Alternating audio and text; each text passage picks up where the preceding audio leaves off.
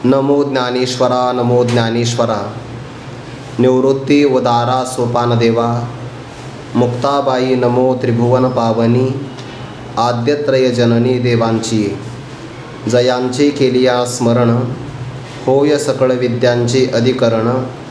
तेचे वंदो श्रीचरण श्री गुरूंचे ते नमस्कारोनी आता। शमो दमस्तपशौचम क्षांतिरार्जवमेव च। ज्ञानम विज्ञानमास्तिक्यम ब्रह्मकर्म स्वभावजम। तरी सर्वेंद्रियांच्या वृत्ती घेऊन आपुल्या हाती। बुद्धी आत्मया मिळे एकांती प्रिया जैसी। कैवल्य साम्राज्य चक्रवर्ती विश्वमौली ज्ञानोबाराय सकल ब्रह्मनिष्ठ गुरुजनांच्या परमकृपेने श्री भगवती ज्ञानेश्वरीच्या 18व्या अध्यायातील एका अत्यंत महत्त्वाच्या विषयाला भगवंताच्या मुखारविंदातून श्रवण करण्याकरता आपण प्रारंभ केलेला आहे। तो विषय असा आहे की मानव मात्राचं कल्याण भगवत प्राप्तीमध्ये आहे, अर्थात मोक्ष संपादन करण्यामध्ये आहे। आणि मोक्षामध्ये परमानंदाची प्राप्ती, संसार दुःखाची आत्यंतिक निवृत्ती यांचा समावेश आहे। संसाराची निवृत्ती होईल असा उपाय कोणता आहे, तर तो उपाय भगवंताने 15व्या अध्यायामध्ये प्रतिपादन केलेला आहे। असंग शस्त्रेन दृढेन चित्वा। पुढे मग सांगितलं आहे ततः पदम तत्परिमार्गितव्यम यस्मिन गतान निवर्तन्ति भूयाः। असंग शस्त्राच्या द्वारे संसार वृक्षाचं निर्मूलन करावं आणि मग परमात्म प्राप्तीचा प्रयत्न करावा। अर्थात ज्या परमात्म पदाला प्राप्त केल्यानंतर प्राप्त करणारा साधक पुन्हा संसाराला प्राप्त होत नाही।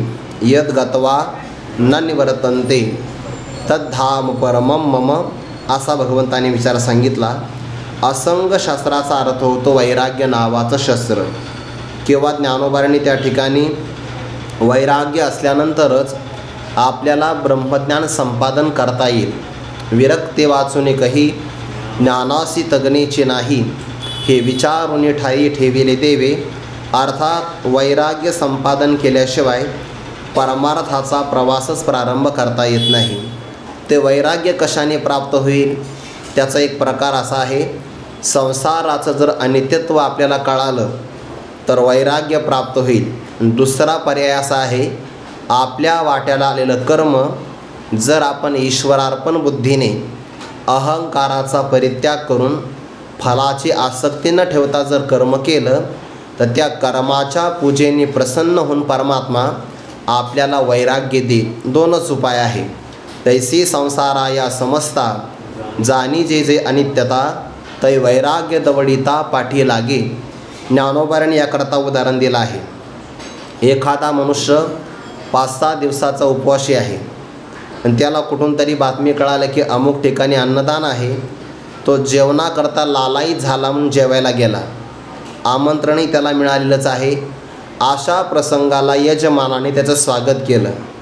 अगदी स्वागतामध्ये दोन्ही बाजूला रांगोळी काढलेली आहे, बसण्याकरता उच्च आसन आहे, आसनाच्या समोरही ताटाला पाट आहे, घमघमी सगळ्या पदार्थांचा सुगंध सुटलेला आहे आणि तो 7 दिवसाचा उपवासी आहे। म्हणजे अगदी ज्ञानोबारा म्हणतात भनंग दवडिता भानयावरुनी असा प्रकार नाही आहे, तो आलेलाच तिथं जेवणाकरता आलेला आहे। अशा प्रसंगाला श्लोक झाला, 15 वाद्या त्याचा अगोदरच पाठ होता तोही झाला आणि मग त्याने श्लोकाचं उच्चारण करून पाणी फिरवलं। पहिला घास तो घेणार तेवढ्या शेजारच्या मनुष्याने सांगितलं काय करतोय, 7 दिवसाचा उपवासी आहे, काल्याचा आस्वाद घेतो आहे। ऐक पण हा जर काला घेतला तर तुझा जीव ब्रह्मैक्य ठरलेलाच आहे। म्हणजे काय, याच्यामध्ये विष कालवलेलं आहे असं जर त्याने कानाने ऐकलं। 7 दिवसाचा उपवासी आहे, अन्न सेवन करेल करणार नाही।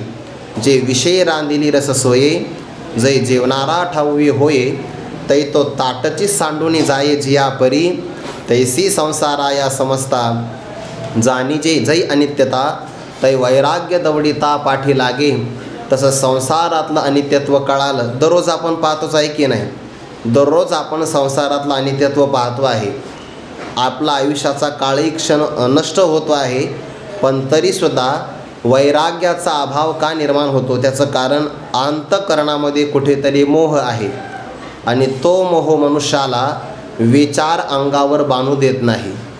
कळतंय आपल्याला, अनुमान प्रमाणाने कळतं.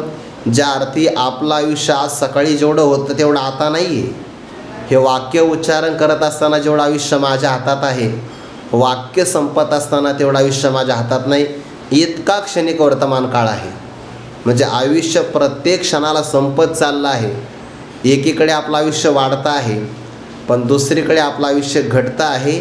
अनुमान प्रमाणाने आपल्याला कळतं, अनुभवाने कळतं, श्रुतीनेही कळतं की ज्ञानोबा संत नामदेव महाराजांचं प्रमाण आहे, आयुष्य जात आहे पहा, काळ जपत असे महा, स्वहिताचा घोर वहा, ध्यानी रहा श्रीहरीच्या, जग क्षणभंगूर आहे.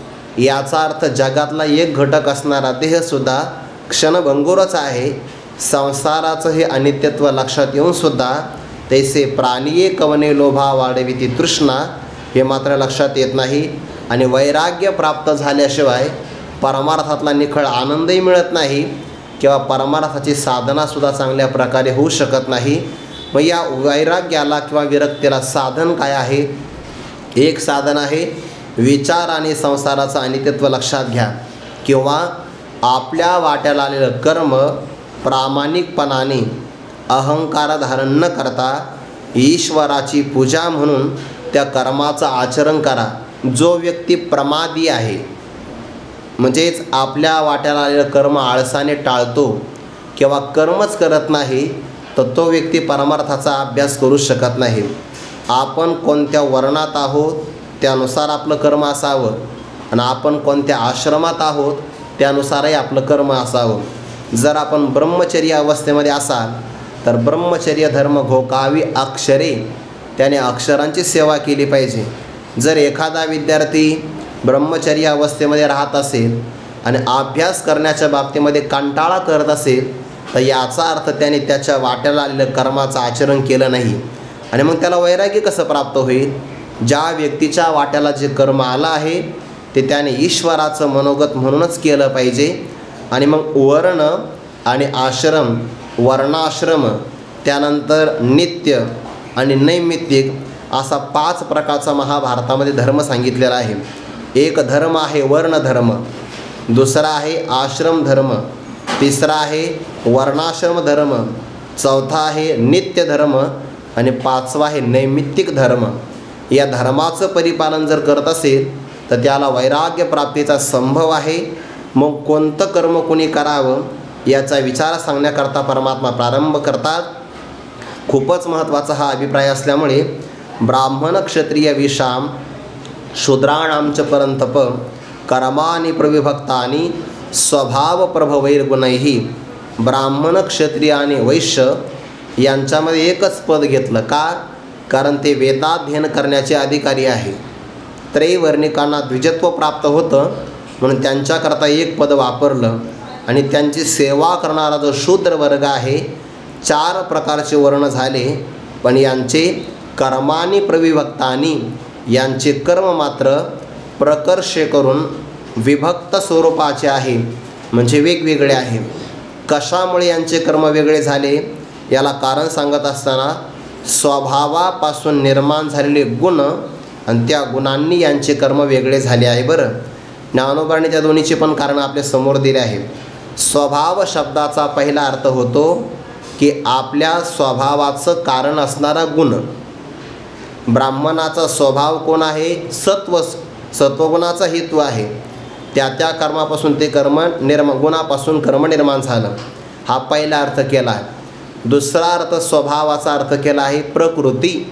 ज्ञानोबाने ते पण कारण घेतले. बरं, जे आत्मप्रकृतीचे प्रकृती म्हणजे स्वभाव. भगवंताच्या अधीन असणारी माया किंवा प्रकृती तिला म्हणतात स्वभाव. आणि तिच्यापासून 3 गुण निर्माण झाले. त्या 3 गुणांनी या 4 जणांना 4 कर्म वाटून दिले. हा झाला दुसरा अर्थ.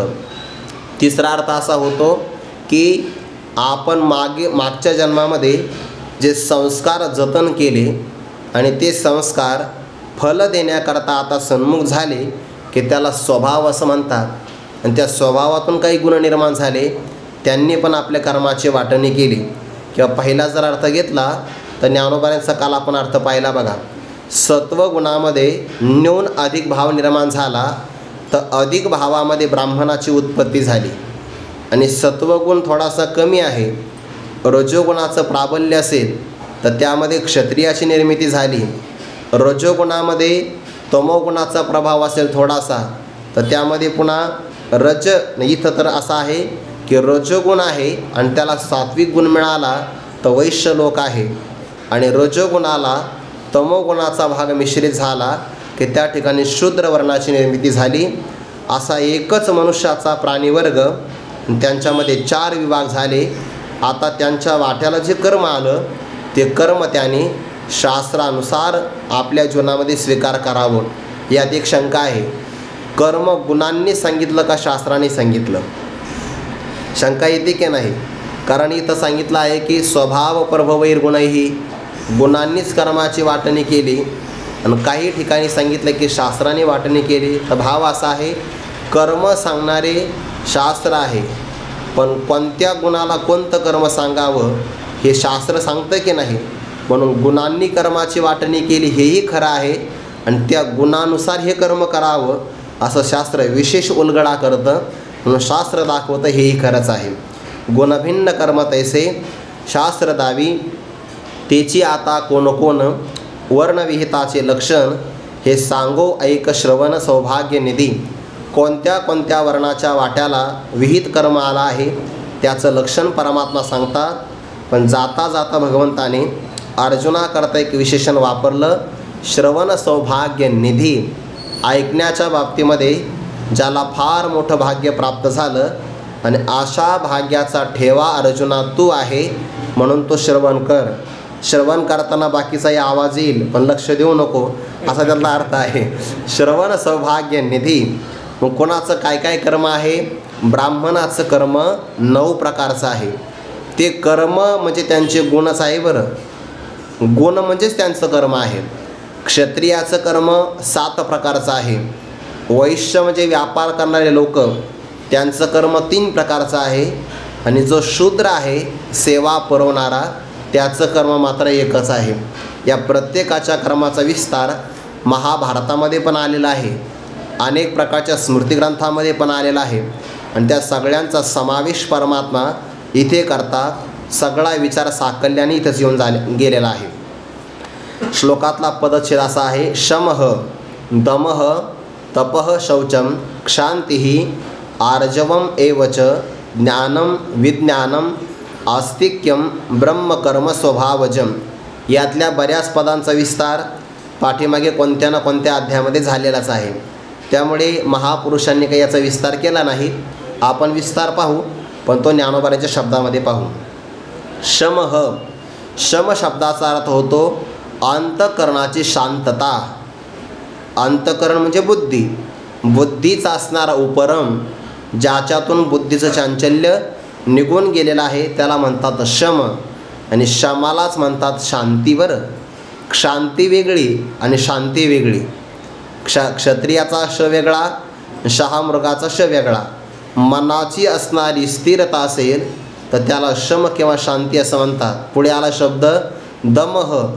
सगळ्या असणाऱ्या ज्ञानेंद्रिय आणि कर्मेंद्रिय इंद्रियांची असणारी स्थिरता याला दम किंवा दांती असं म्हणतात.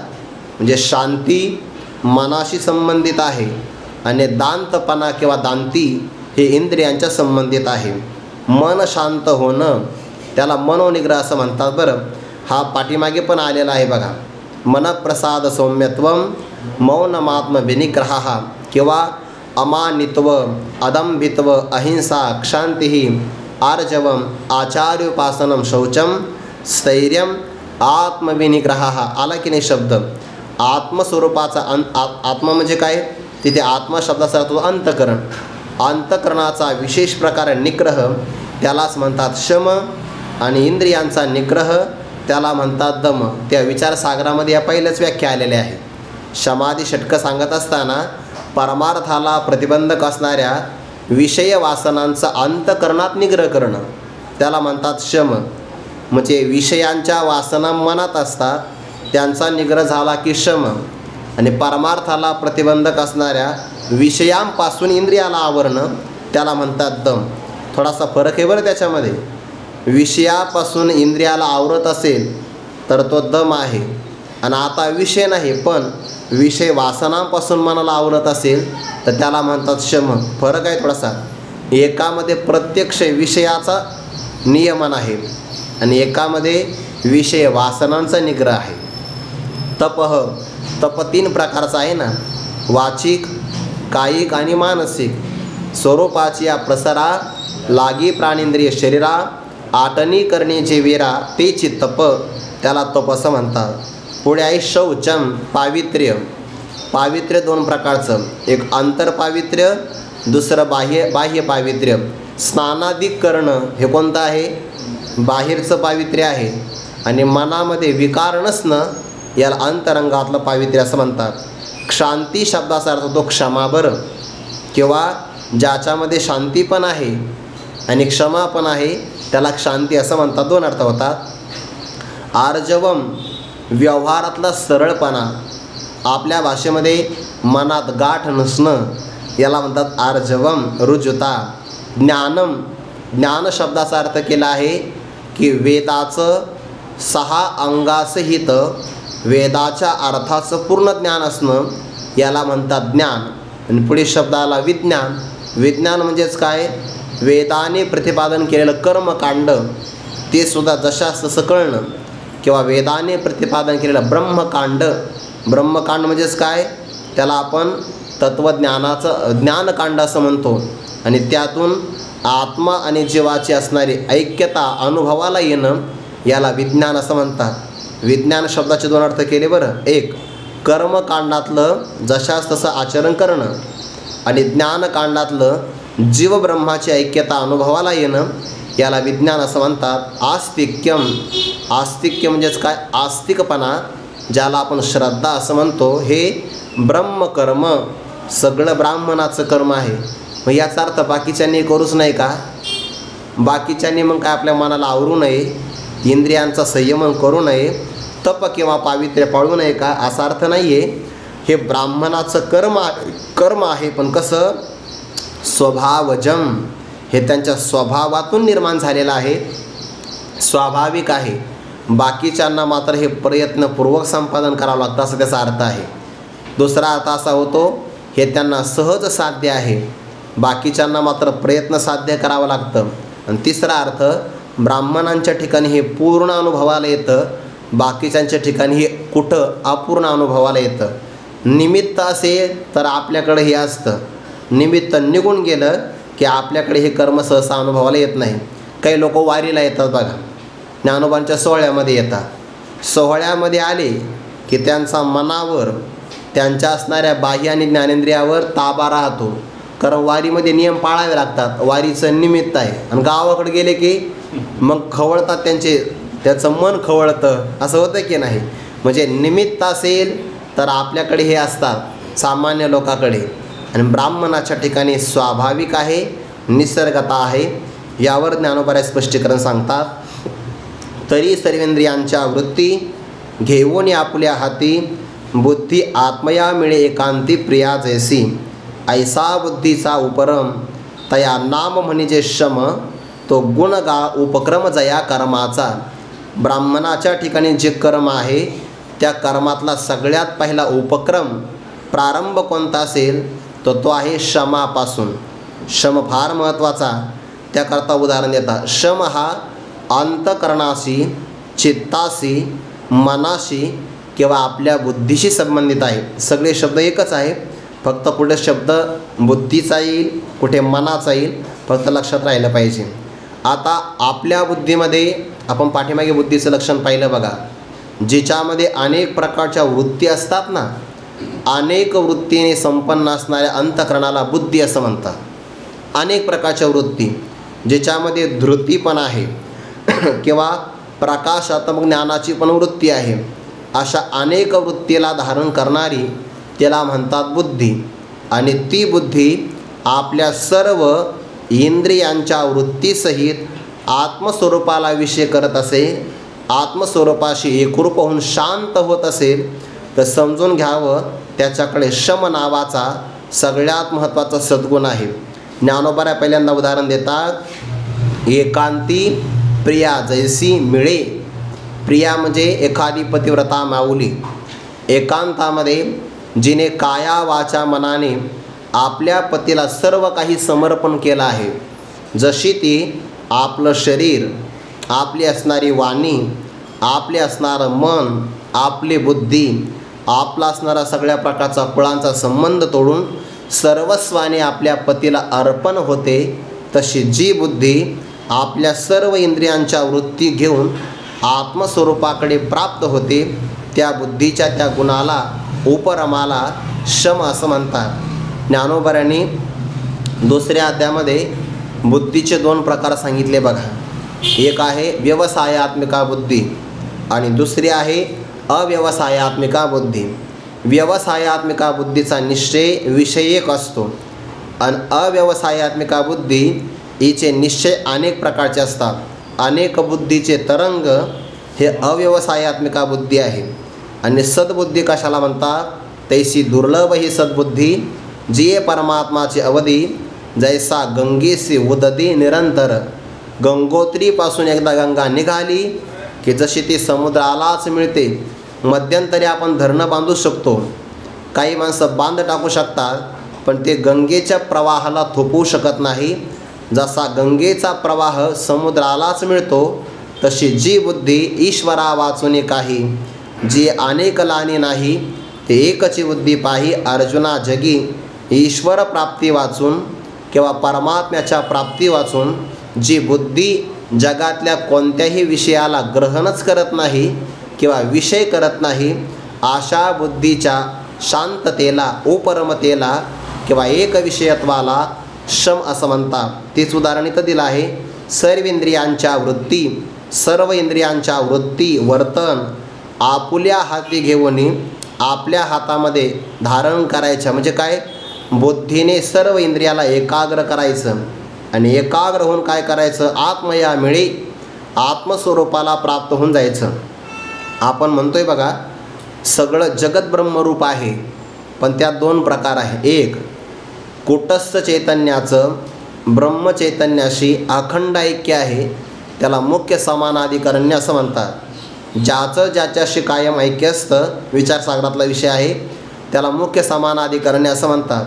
आणि ज्याचं ज्याच्याशी बाद करून ऐक्य होतं, त्याला बाद समानाधिकरण्य असं म्हणतात. रज्जूवर भासलेला सर्प खरा आहे का खोटा? कसा आहे? खोटा आहे. का बरं?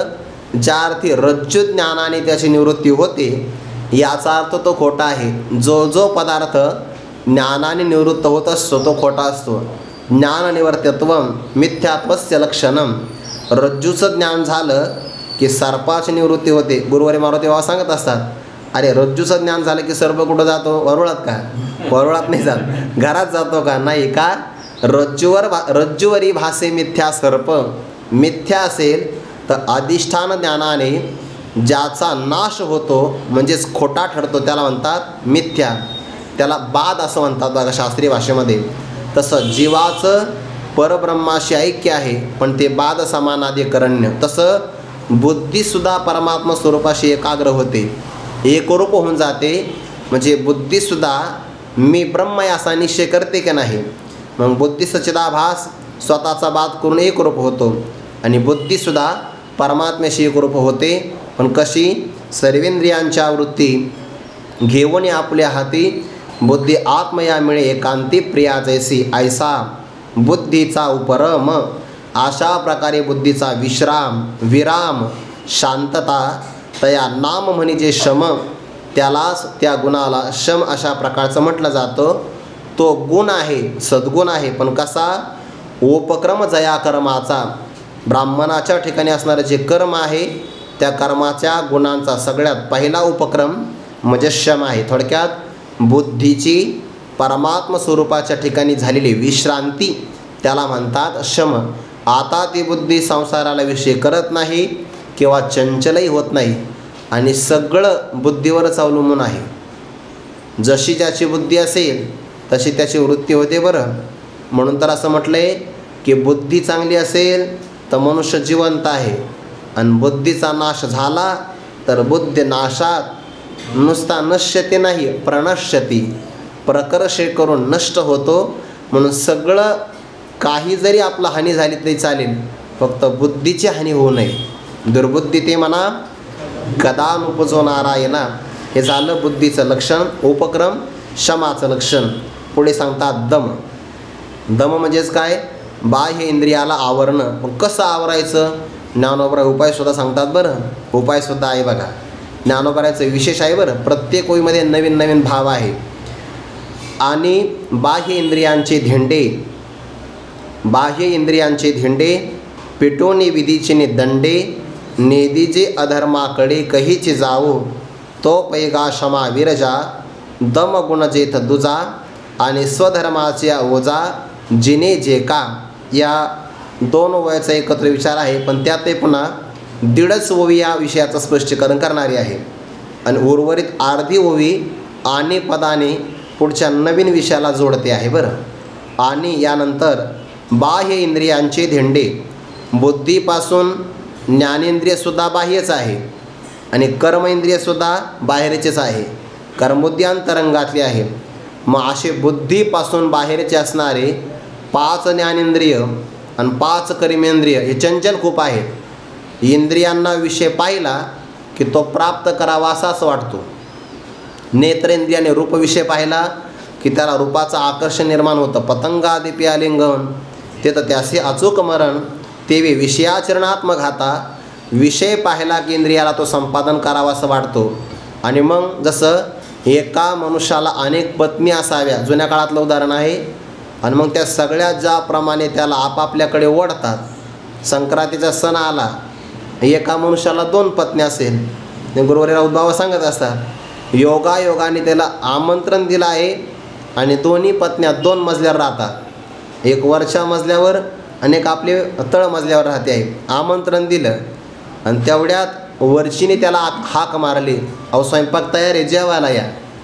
आता खाली राहणारी जी धर्मपत्नी होती त्याला थोडासा वेळ लागणार होता स्वयंपाकाला, आणि त्यालाही भूक लागली. त्याने विचार केला आपण पहिलं वरती जेवण करू. तो अर्धा जिना चढला आणि लगेच खालची पत्नी धावत आल्या, कुठं चाललं म्हणे, तुम्हाला मी कालच आमंत्रण दिलं आहे, तो ना वरती स्वयंपाक तयार आहे. स्वयंपाक तयार असे ना का, मी आत्ता तयार करते, फक्त हातपाय तर धुवा. आणि आता ती वरती असणारी पत्नी त्याला वर आग्रह करते येण्यासाठी, आणि खाली तळमजल्यावर राहणारी त्याचे पाय पकडून खाली ओढण्याचा प्रयत्न करते. किती अवघड आहे, फक्त 2च आहे. मग आता एक त्याला वरती ओढण्याचा प्रयत्न करते आणि दुसरी त्याला तळमजल्याला घेऊन जाण्याचा प्रयत्न करते. सर 2 पत्नी असेल तर एका असणाऱ्या व्यक्तीची एवढी धावपळ होते. एका जीवाला 10 इंद्रिय 10 विषयाकडे ओढतात. काय तळमळ होत असेल बिचाऱ्याची. पण सगळे इंद्रिय जरी विषयाकडे नेत असेल तर साधकाने एक काम करावं, बाह्य इंद्रियांचे धेंडे पेटवून त्यांना पिटायचं आहे. म्हणजे काय करायचं, आवरायचं. पण कसं, एक दंड हातात घ्यायचा. विधीचेनी दंडे.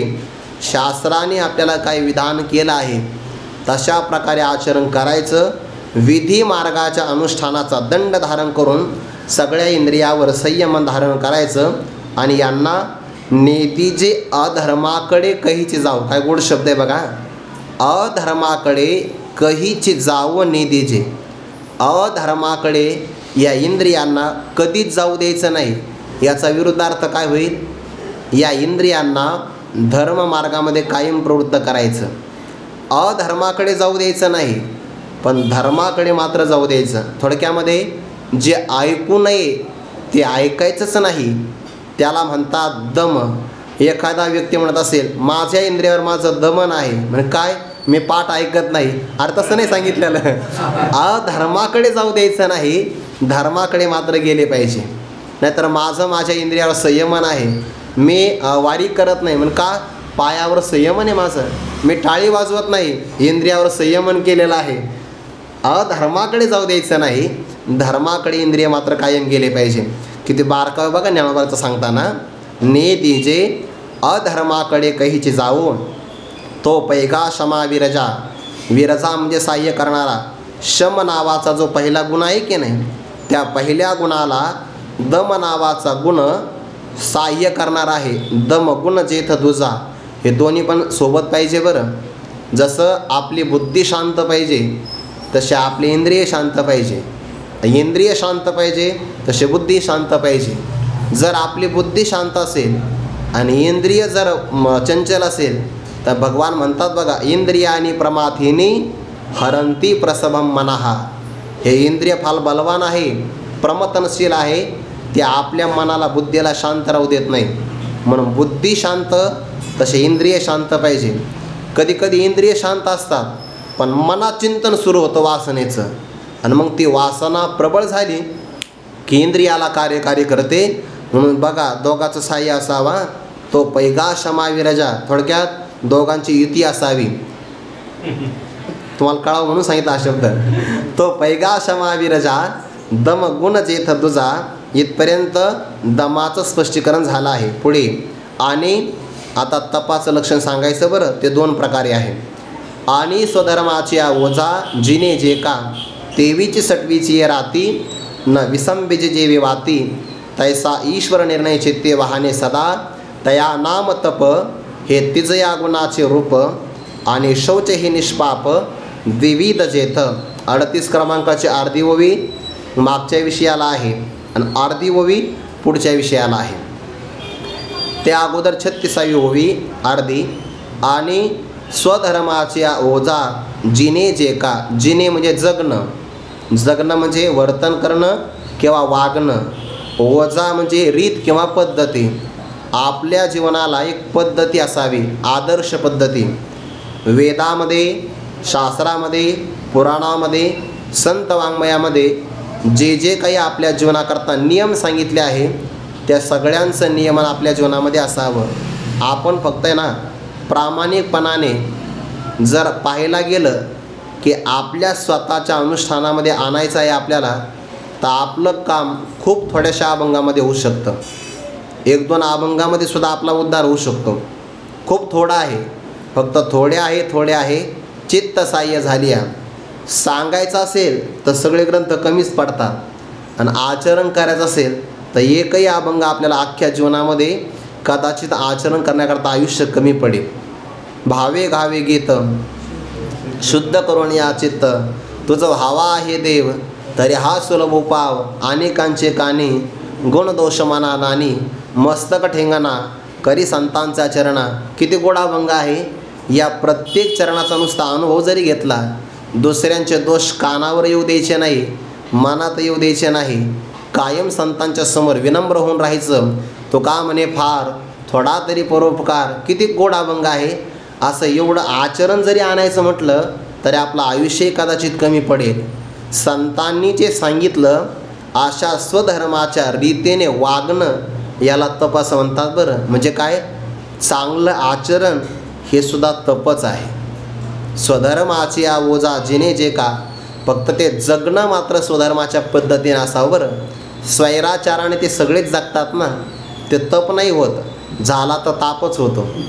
पण स्वधर्माच्या पद्धतीनं जगणं याला तप असं म्हणतात. स्वधर्माची ओझा जिने जे का तेवीची. आता तपाचं आणखीन एक लक्षण सांगतात बरं पुढे. तेवीची त्याप्रमाणे उदाहरण देतात. पहिल्यांदा सटवीची ये राती न विसंबिज जेवी वाती. तैसा ईश्वर निर्णय चित्ते वाहने सदा. तया नाम तप. तपाचं 2 लक्षण. पहिलं लक्षण स्वधर्माच्या पद्धतीनं वागणं यालाही तप असं म्हणतात.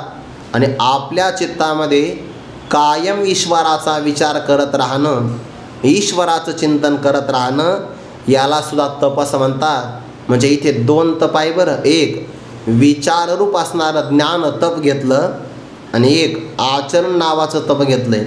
स्वधर्माच्या पद्धतीनं वागणं हे आचरणातलं तप आहे. आणि ईश्वराचा निर्णय, जरी इथं ईश्वर शब्द आला तरी ईश्वर शब्दाने ईश्वराची सेवा घ्या किंवा लक्ष स्वरूपाने ब्रह्मस्वरूपाचं चिंतन घ्या, दोन्ही पण अर्थ लागतील. म्हणजे विचार करत राहणं, ईश्वर स्वरूपाचा निर्णय करणं चित्तामध्ये कायम बरं. कायम आसुप्तेरामृते कालम नयेद वेदांत चिंतया. कामादीनां दद्यांनावसरम किंचित कामादीना मनागपी म्हणून सदा शब्द वापरला. कसा याकरता उदाहरण देता, ते लहान मूल जन्माला आलं की काही ठिकाणी पाचवा दिवस घेतला आहे, काही ठिकाणी श्रेष्ठम 6वा दिवस घेतला आहे.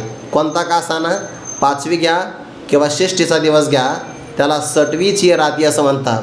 त्या रातीला ब्रह्मदेवाच्या हाताखाली असणारी एक सेविका त्या प्रत्येक व्यक्तीचं नशीब लिहिण्याकरता येत असते आणि ती रात्री येते बरं, दिवसा येत नाही. 6वीची आहे राती आणि त्या रात्रीला गावाकडे भजन वगैरे करतात बघा रात्रभर. आणि त्या बालकाच्या जवळ दिवा अखंडित उज्ज्वलित करून ठेवावा लागतो. तो मालवला नाही पाहिजे.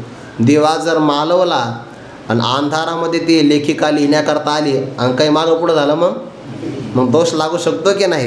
म्हणून तिला त्या बाळकाचं कपाळ चांगलं दिसावं याकरता 6वीची या राती न विसंबीज जेवी वाती म्हणजे दिवा लावणं हे त्यामध्ये विसरू नये. जसा दिवा तो रात्रभर तेवत ठेवतो आपण, तसं आयुष्यभर ईश्वराचा निर्णय आपल्या चित्तामध्ये धारण करत राहणं, ईश्वराचं अनुसंधान न सोडणं, यालाही तप असं म्हणतात.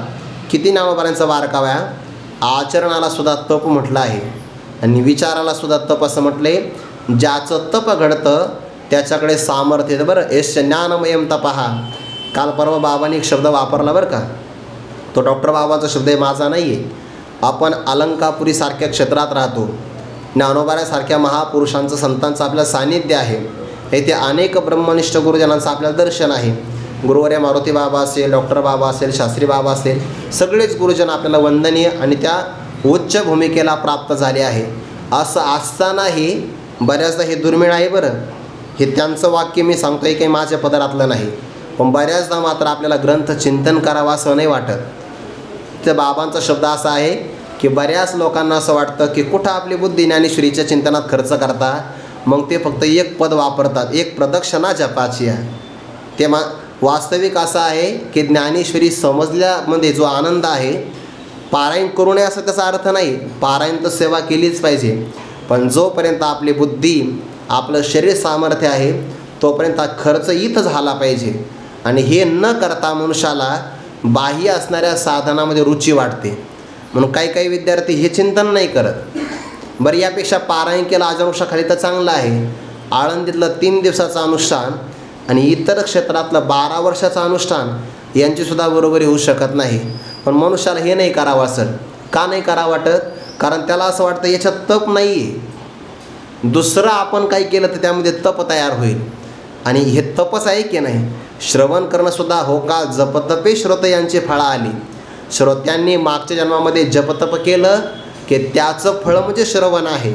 आणि प्रत्यक्ष श्रवण करण्याचा योग आला तर मनुष्याला असं वाटतं नाही हे नाही, दुसरं केलेलं बरं आहे असं वाटतं की नाही. म्हणजे स्वतः कधी आपलं उत्थान होऊ शकतं, ते झालं नाही पाहिजे. म्हणून ईश्वर निर्णय चित्ते वाहने सदा हेही तपच आहे.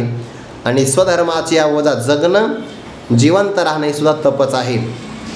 तया नाम तप हे तिजया गुणाचे रूप, हे 3ऱ्या गुणाचं स्वरूप आहे. आणि शौच ही निष्पाप द्विविध जेथ. शौच म्हणजे पावित्र्य. ज्या ठिकाणी निष्पाप निष्कलंक 2 प्रकारचं पावित्र्य आहे. कोणतं मनाचं पावित्र्य आणि दुसरं आहे शरीराचं पावित्र्य. ते सांगतात मनभाव शुद्धी भरले, अंगक्रिया अलंकारिले, ऐसे सबाय जी आले साजरे जे का. तया नाम शौच पार्था तो कर्मी गुण जये चौथा. आणि पृथ्वीच्या परिसर्वथा सर्व जे सहाने. पुढच्या वेळीचा संबंध आहे आता. मन भावशुद्धी भरले, मनामध्ये भावशुद्धी आहे. भावशुद्धी म्हणजेच काय, मनामध्ये कोणत्याही प्रकारचा विकार नाही. ज्याप्रमाणे आपला तळ हात आहे ना, या तळ हातावर कोणत्याही प्रकारचे रोम छिद्र नाही. म्हणून तळ हातावर केस उगवत नाही. जसे तळ हातावर केस उगवत नाही तसे ज्या मनामध्ये वाईट विचार निर्माणच होत नाही त्या मनाच्या शुद्धीला म्हणतात भावशुद्धी. मन संकल्प चांगले आहे त्याला म्हणतात भावशुद्धी. मन भावशुद्धीने परिपूर्ण भरलेलं आहे. मनामध्ये वाईट गोष्ट पाहिली, कानाने ऐकली, किंवा प्रत्यक्ष जरी आपल्याला भेटली तर मनामध्ये विकार निर्माण होत नाही बघा.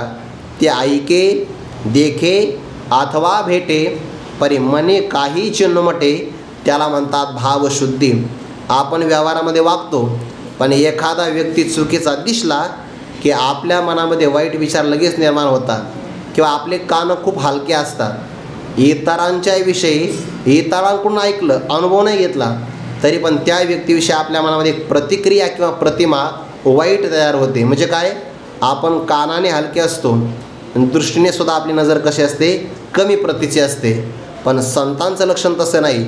मनभाव शुद्धी भरले, मनामध्ये कोणताच विकार नाही आहे. ऐकलं काय, प्रत्यक्ष अनुभवाला आलं काय किंवा पाहिलं काय, मनात विकारच निर्माण होत नाही.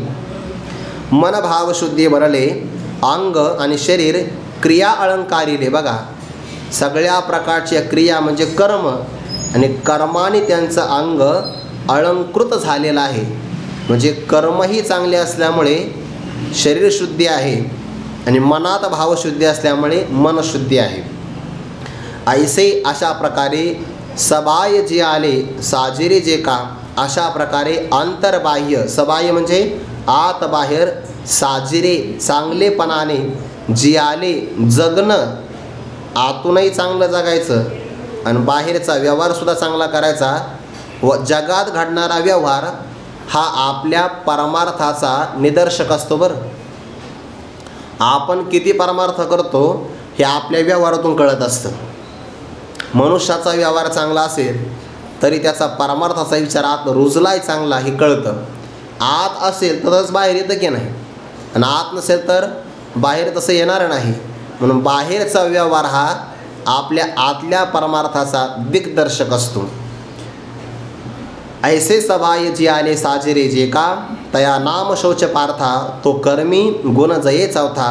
तो ज्या कर्मामध्ये चौथा गुण आहे, शम सांगितला, दम सांगितला, तप सांगितलं आणि शौचही सांगितलं.